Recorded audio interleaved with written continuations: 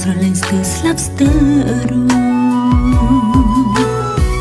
មិនអាចចោលម្នាក់ណាសុទ្ធតែសំខាន់ទាំងអូនកុំឲ្យកូនជ្រើថាយកបាឬក៏យកគេបើកូនស្រឡាញ់គេហើយបកក្រែងធ្វើមិនបានទេវិញដងគ្មានកើអីទុំដឹងនាងផ្សេងទេលោកបាឲ្យព្រមនៅខ្លួនធ្លាប់ថាដោយខ្ទប់ដងហើមឲ្យខ្សែសុំបាលេចលេងអានឹងចិត្តកូនស្រីក្តីសុំកូនកូនមានអ្នកទាំងពីរ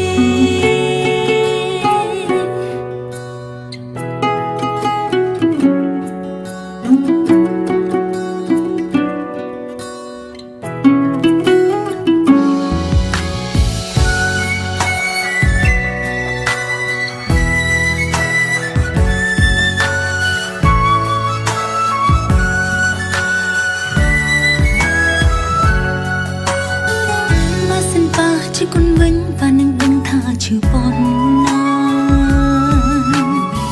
ម្ខាងគ្រួសារម្ខាងសង្សារស្រឡាញ់ស្ទើរស្លាប់ស្ទើររួ